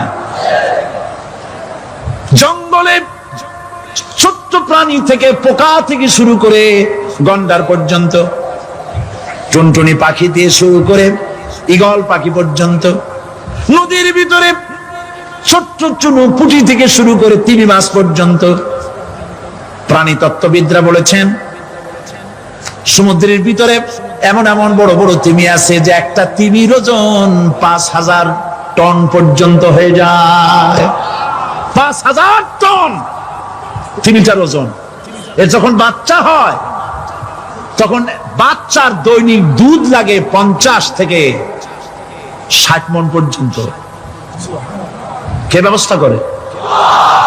রুহান মান ফেরেশতা। তো ওর মা যেমন বাচ্চা তো সেরকম হবে, ঠিক কিনা? কে দেয় খাবার? এবার দেখেন তো আপনার দেশের এই জঙ্গলে কত হাতি আছে, হাতিরা মিছিল করে আসছে যে আল্লাহ আমাদের এখন আর খাইতে খাইতে দিতে পারে না, বাংলাদেশের গভর্নমেন্ট কিছু দাও। আসছে না, খাইয়া ক্ষুধার জ্বালায় হাতি মরেছে, বাঘ মরেছে, সিংহ মরেছে, এর কোন দৃষ্টান্ত আছে?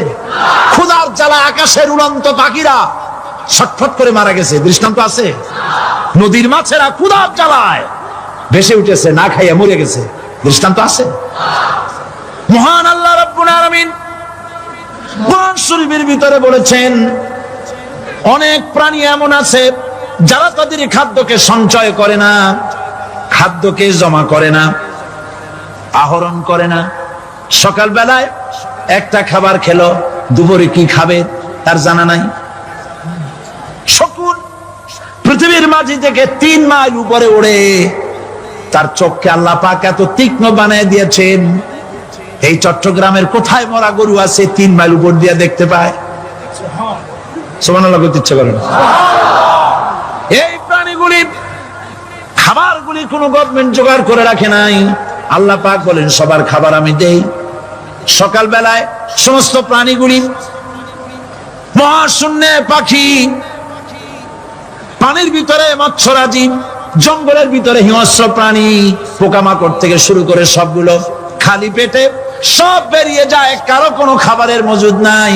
সন্ধ্যা হতে না হতে সমস্ত প্রাণীগুলির পেট ভরাইয়া আমি আবার যার যার ঘরে বেরিয়ে দেই।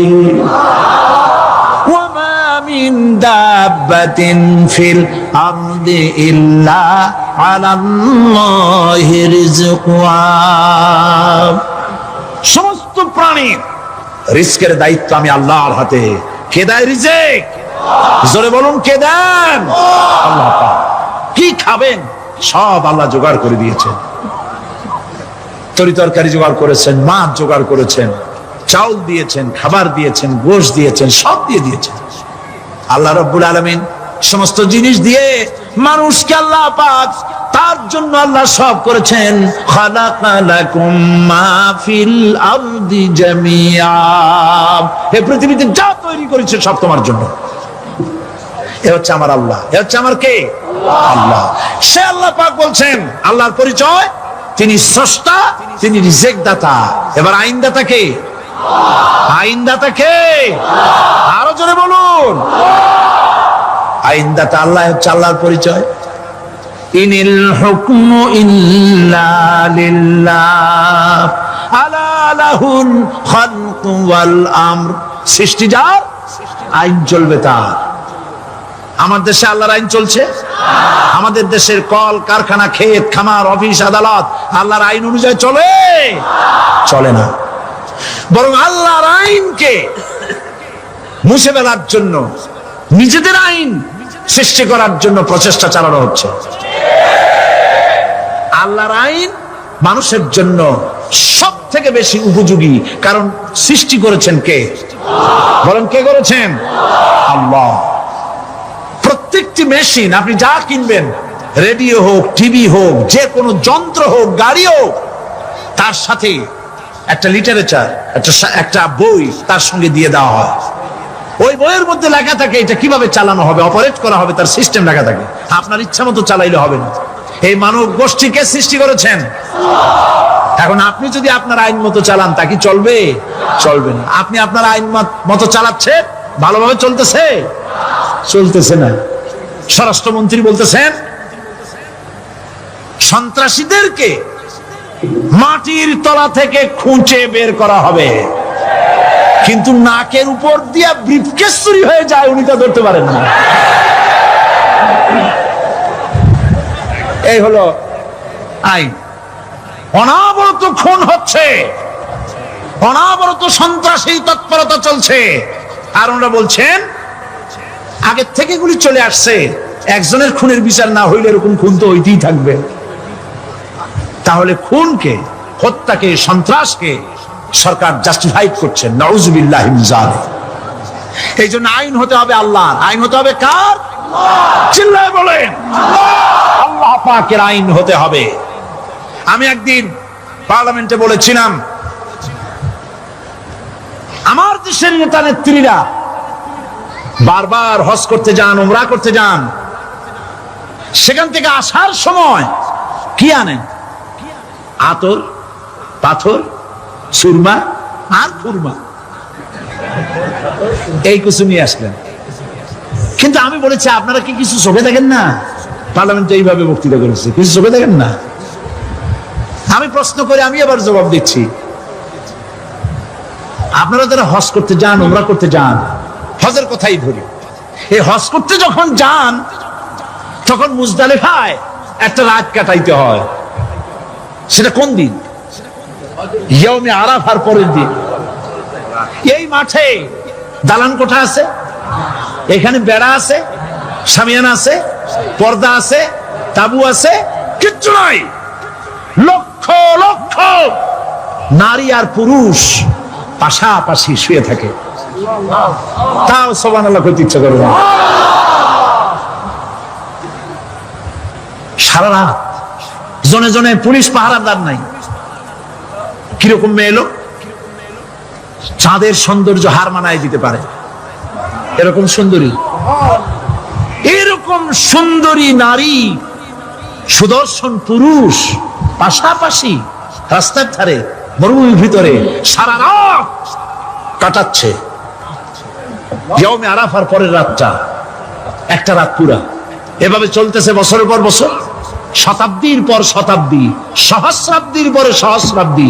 আমি প্রশ্ন করি, পৃথিবীর ইতিহাসে কেউ কি এমন কথা বলতে পেরেছে, লিখতে পেরেছে যে মুজদালিফার রাতে সেখান থেকে 10টা নারী হাইজ্যাক হয়েছে,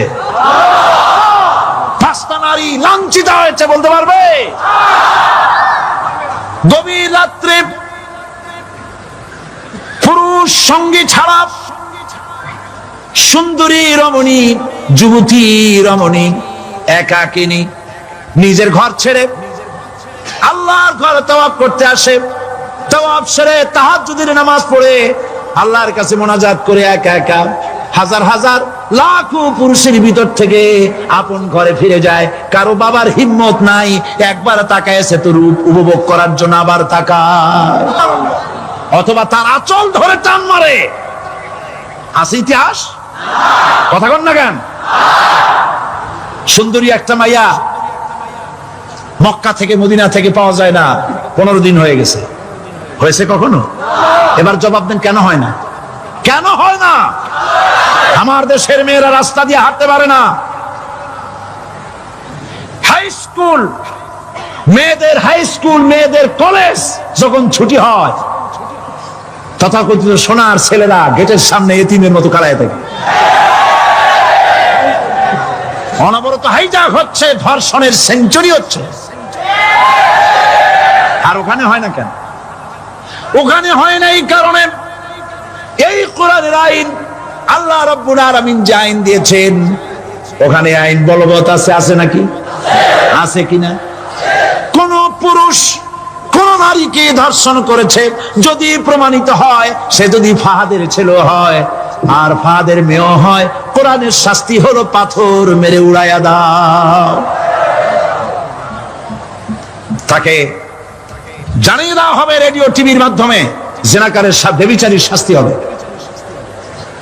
চতুর্দিকে হাজারো লোকেরা দাঁড়াবে, হাতে পাথর নিয়ে পাথর মেরে তাকে তার গোশত হাড্ডি বাতাসের সাথে উড়ায় দেবে। একজন মানুষ আর একজন মানুষকে খুন করলো, এই আসামি ধরা পড়ে গেল, কোরআনের শাস্তি হলো যখন ধরা পড়বে প্রমাণিত হবে যেমন ভাবে হত্যা করেছে পরেও হত্যা করো। এই দৃশ্য, এই আইন যদি বাংলাদেশে যদি এই আইন চালু হয়ে যেত, খুনের আসামি ধরা পড়েছে, ধরা পড়েছে জেনার আসামি, প্রকাশ্য ময়দানে এলো, সাক্ষী প্রমাণে কোর্টে প্রমাণিত হলো সত্যি সে খুনি। এই বিশাল আউটার স্টেডিয়ামের মাঝখানে খুনি কি দাঁড় করাও, চতুর্দিকে হাজারো লাখো মানুষ থাকুক, রেডিও টিভির ক্যামেরা কার্যকর হবে, পত্র পত্রিকার সাংবাদিকরা আসবে, তরবারির এক আঘাতে খুনির কল্লাটা উড়ায় দাও, দেহটা নিঃসার হয়ে জমিনে পড়ে যাবে। এই দৃশ্য যারা দেখবে সচক্ষে, রেডিওতে, পত্রপত্রিকায়, আর 1 বছরের ভেতরে খুন করার হিম্মত কারো কলিজায় উঠবে? জেনাকারের পাথর মেরে উড়িয়ে দেওয়ার শাস্তি যদি চোখে কেউ দেখে, জেনা করার পুলক আর জাগবে? এটা নাম আল্লাহর আইন। এই আইন কার? এই আইন কার?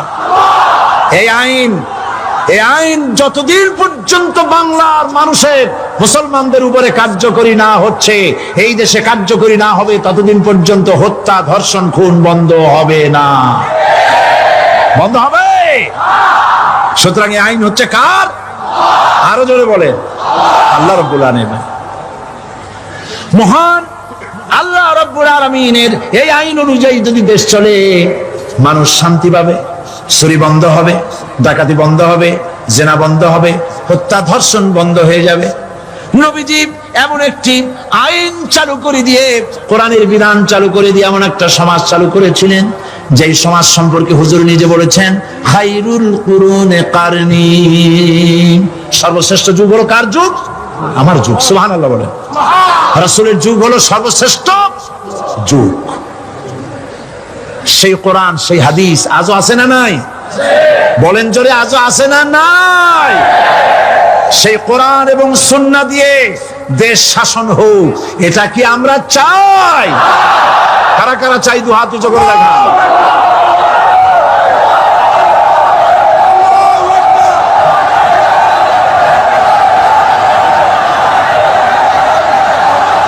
আরে ভাই, আপনারা দাঁড়ায় গেলেন কেন? বসেন বসেন। আমি তো একটা স্লোগান দিতে বললাম। হাত দেখতে চাইছি আমি, মাথা দেখতে চাই নাই। এই সুযোগে কোমরটা সোজা করে নিলেন। আচ্ছা বসেন, আর মহব্বতের সাথে জিকির করেন, লা ইলাহা ইল্লাল্লাহ, লা ইলাহা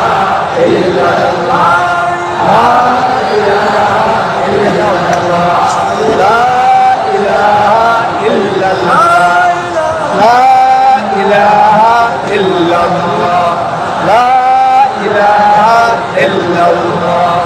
জোরে সরে সবাই জিকির করেন, লা ইলাহা ইল্লাল্লাহ, লা ইলাহা ইল্লাল্লাহ, লা ইলাহা ইল্লাল্লাহ, লা ইলাহা ইল্লাল্লাহু মুহাম্মাদুর রাসূলুল্লাহ।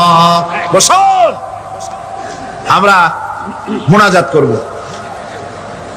আল্লাহ রাব্বুল আলামিন আয়াতুল কুরসির ভিতরে আল্লাহর সার্বভৌমত্বের কথা বলেছেন, আল্লাহু লা ইলাহা ইল্লা হুয়াল হাইয়ুল কাইয়্যুম।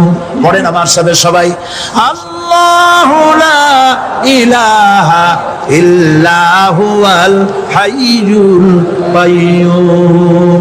আল্লাহ হচ্ছেন যিনি ছাড়া কোনো ইলাহ নাই, তিনি শাশ্বত চিরঞ্জীব। সুবহানাল্লাহ বিহামদিহি। আগামীকাল এর বাকি অংশ আমি আপনাদের সামনে আলোচনা করব ইনশাআল্লাহ। জোরে বলেন ইনশাআল্লাহ। দাঁড়ানো ভাইরা বসেন। আপনাদের পাশে যারা দাঁড়িয়েছেন অনুরোধ করে বসায় দেন। বলেন যে আর 5টা মিনিট বসেন, আল্লাহর রাস্তায় হাইটেন না। হ্যাঁ বলেন আপনারা যে আল্লাহর রাস্তায় হাইটেন না, বসেন সবাই বসেন। এত বড় মাহফিলের মুনাজাত, সুবহানাল্লাহ বলেন। চট্টগ্রামের ইতিহাসের শ্রেষ্ঠ মাহফিল, চিল্লায় বলেন সুবহানাল্লাহ। গোটা বিশ্বের কোরআনের শ্রেষ্ঠ মাহফিল, বলেন সুবহানাল্লাহ। যারা বলেন আলহামদুলিল্লাহ। আগামীকাল এই মাহফিলের আখেরি মুনাজাত হবে ইনশাআল্লাহ। বলেন ইনশাআল্লাহ। আমি আন্তরিকভাবে দুঃখিত, প্রতি বছর আমার মা বোনদের জন্য, চট্টগ্রামবাসী আমার মা বোনদের জন্য আলাদাভাবে তাদের প্রশ্নের উত্তর দেই এবং তাদের সামনে কোরআন হাদিসের কথা আলাদাভাবে বলি। এবছর দিন কম হয়ে গেল বলে মহিলারা, মা বোনেরা বঞ্চিতা হয়ে গেলেন।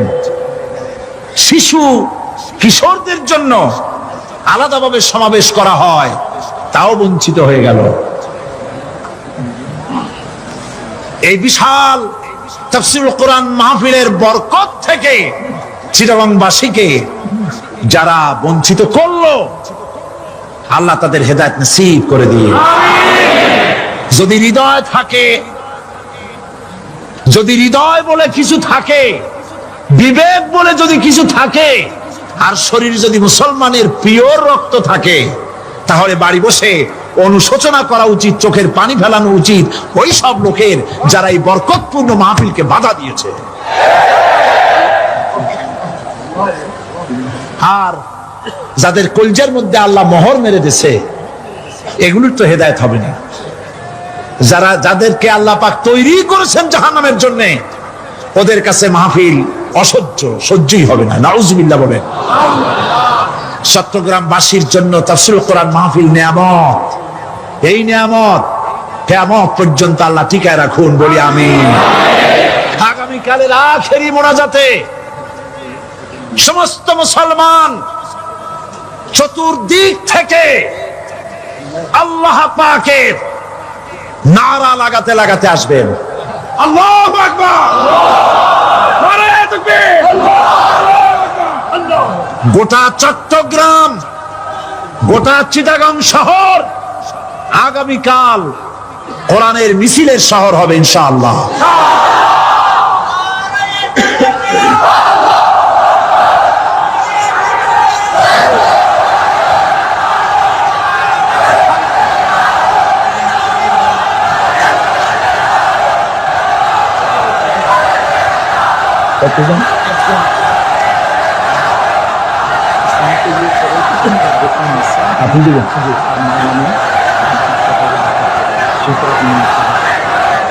বন্ধুগণ,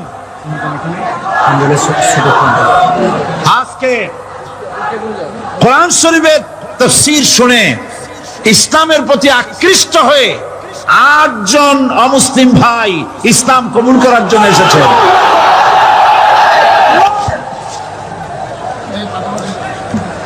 লা ইলাহা ইল্লাল্লাহু মুহাম্মাদুর রাসূলুল্লাহ। আল্লাহ ছাড়া কোনো ইলাহা নাই, মাবুদ নাই। মুহাম্মদ সাল্লাল্লাহু আলাইহি ওয়াসাল্লাম আল্লাহর প্রেরিত রাসূল। আশহাদু আল্লা ইলাহা ইল্লাল্লাহু ওয়াহদাহু লা শারীকা লাহু ওয়া আশহাদু আন্না মুহাম্মাদান আবদুহু ওয়া রাসূলুহু। আমি সাক্ষ্য দিচ্ছি আল্লাহ ছাড়া কোনো ইলাহা নাই, মাবুদ নাই, উপাস্য নাই। তিনি এক, তিনি একক, তার কোন অংশীদার নাই। আমি আরো সাক্ষ্য দিচ্ছি মুহাম্মদ সাল্লাল্লাহু আলাইহি ওয়াসাল্লাম আল্লাহর বান্দা এবং তার প্রেরিত রাসূল। সকলকে বলো আসসালামু আলাইকুম। আপনারা সবাই জবাব দেন। আজ গতকালের 7, আজকের 9। আলহামদুলিল্লাহ, আমাদের এই ভাইরা এখন নিষ্পাপ, বেগুনা। আমাদের এই নবাগত ইসলামে দীক্ষিত নিষ্পাপ মুসলমানদের সাথে আমি আপনাদের পক্ষ থেকে আলিঙ্গন করছি।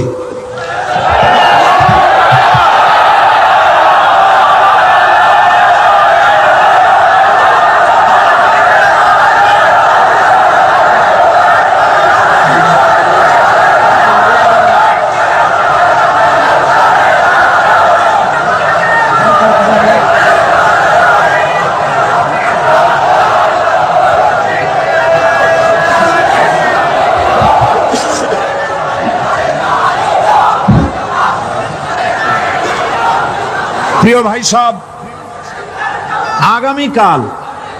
আগামীকাল আপনারা দলে দলে চতুর্দিক থেকে আল্লাহ পাকের বড়ত্ব, মহানত্ব, শ্রেষ্ঠত্বের ঘোষণা দিতে দিতে আসবেন। আল্লাহর বড়ত্ব, বিরাটত্ব, মহানত্ব আর শ্রেষ্ঠত্বের ঘোষণা দিতে হয় কিভাবে? আল্লাহু আকবার। সবাই জোরে বলেন, আরো চিল্লায় বলেন।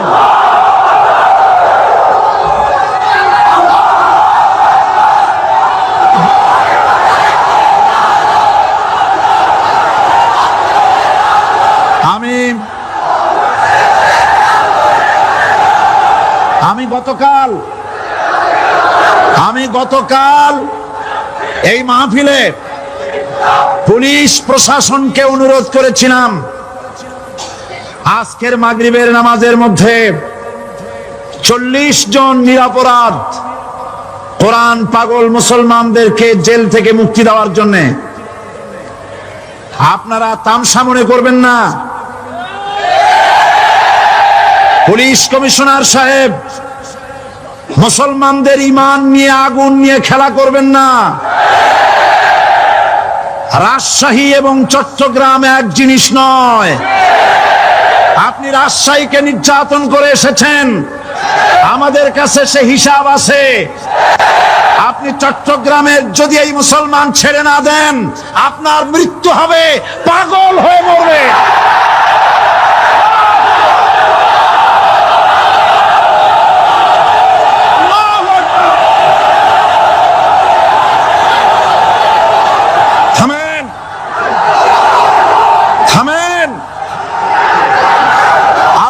গজবকে ভয় করেন পুলিশ কমিশনার, আল্লাহর গজবকে ভয় করুন।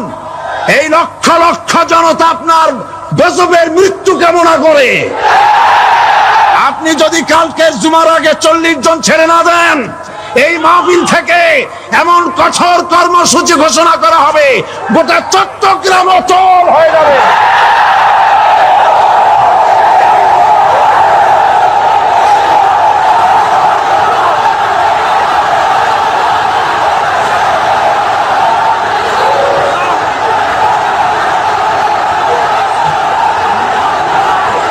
বসুন, বসুন।